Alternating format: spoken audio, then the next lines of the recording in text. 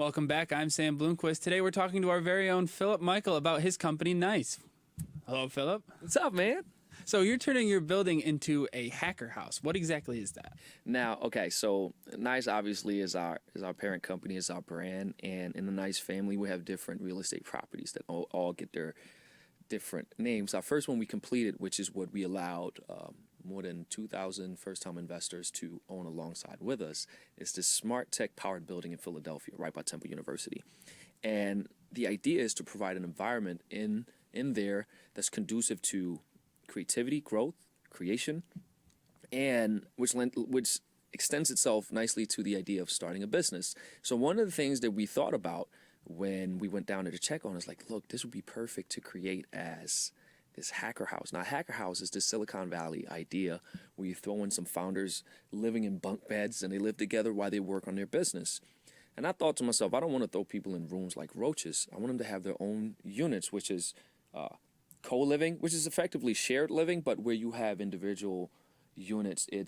Think of it the living equivalent of WeWork, where people want to like a think tank almost. Yeah, precisely. Yeah. So you live there together in a community type of setup. Now, this is what we're doing with it. And I also wanted to sort of deconstruct the landlord-tenant relationship. Now, with what I do online, when I host a show, I'm pretty much out there. So a lot of times landlords, you don't know who your landlord is, and the relationship is pretty much non-existent at best because they hold the power over you that if you don't pay, you can lose what you hold dearest, which is your home. That's an underlying fear factor that just sits there. But if you look at it differently, if you go to a gym or if you're a member of something like, let's say, Soho House, you're leasing real estate, or WeWork, you're leasing real estate with membership plans. If you leave that community, it's not like you're homeless. It's like it's a community feel where the real estate is part of the service you pay for, but it's what's inside the real estate. So the way that we want to deconstruct that is look, here's what we have. This property we want people to live in, but it's not just a shelter. Shelter is just one of the pieces of the puzzle. It's the environment, it's the tools. We're building a podcast studio, for instance. We have a mentorship network, just like an accelerator would be. So I call it Silicon Valley meets co-living. So think of Y Combinator with the accelerator type of environment. You put other founders together and you give them mentorship, advisory, and you help put them in a position to succeed with their business. That's effectively what the hacker house is. And put differently, perhaps, if you think about if you rewind 10, 15 years and you take the founders of Uber, Lyft, Tinder, Airbnb, how would they want to live with their friends, but not in that roach type of way, but in a modern tech-powered luxury way? So it's more of like, so when you say you want to deconstruct the landlord-tenant relationship. Yes.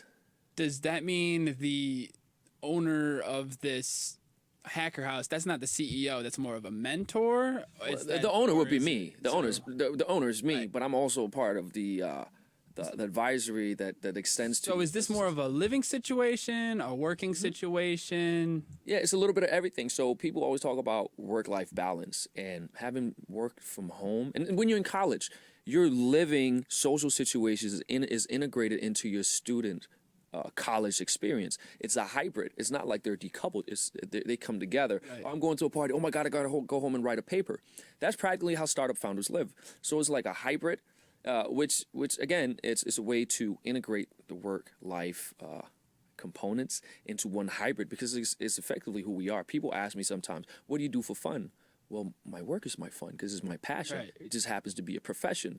But that's what they say also. Find something you love to do and you never work a day in your life. So it's a way to make it fun and give also an outlet because, of course, what you learn in the classroom is theoretical, but what you have to do to apply in practice is the business principles that you may learn there, but in actuality, that's what we will help them give. So we want to put that in place so where teams can live on each floor.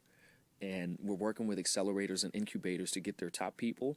We have pitch competitions where they can come and move in there. So this is one of the things we're doing. And it's a unique way to actually pre-lease a building. The way the business of a property makes money as follows, obviously from rent. But the value of a building, and that's the cool thing about real estate, the value of a building is derived from the income that it generates. So if you can and you can only push rent so high before there's a cap. But if you rethink that, you can get higher prices because you're not just paying rent, you're paying for a community, a membership. And even better, if the investors, such as the accelerators, which is who we're talking to here, they cover the bill, then you got a prosperous building, and you got prosperous businesses, you got prosperous kids, and you got a prosperous community. That's the idea. So who qualifies to live in this hacker house? Do I have to apply by myself? Do I apply with a team? Like how's that process? That's a really good question. Like I said, we have for some of them. So the total complex that we're doing, we still have to figure out what to call it right now because it's in Philadelphia. We're calling it, the working title is, first I said Silicon Valley. It's like, nah, it's not a valley. Silicon Square. That's what we're going to go with here. So it can house around 100 people. And each unit, it will be around 25 teams that could be there. For the first part, it will be 4 teams. We probably might just start with 2 and then have the rest with students. We'll see. But right now we're in talks with accelerators to put them in there. And the way you can qualify is through a pitch competition. And here's the cool thing.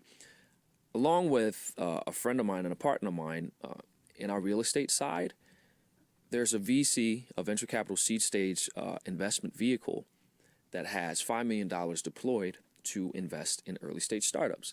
Now, part of that is having a pitch competition where that sits on the board. So along with accelerators, sponsors, and even with the investment vehicle, part of the investment in them is free rent for a year, plus being in the hacker house where you get, of course, the amenities, of course, the shelter, smart tech living, and also starter kits like iMacs, iPads. It's essentially combining the cost of rent with the cost of buying an office space. Yes.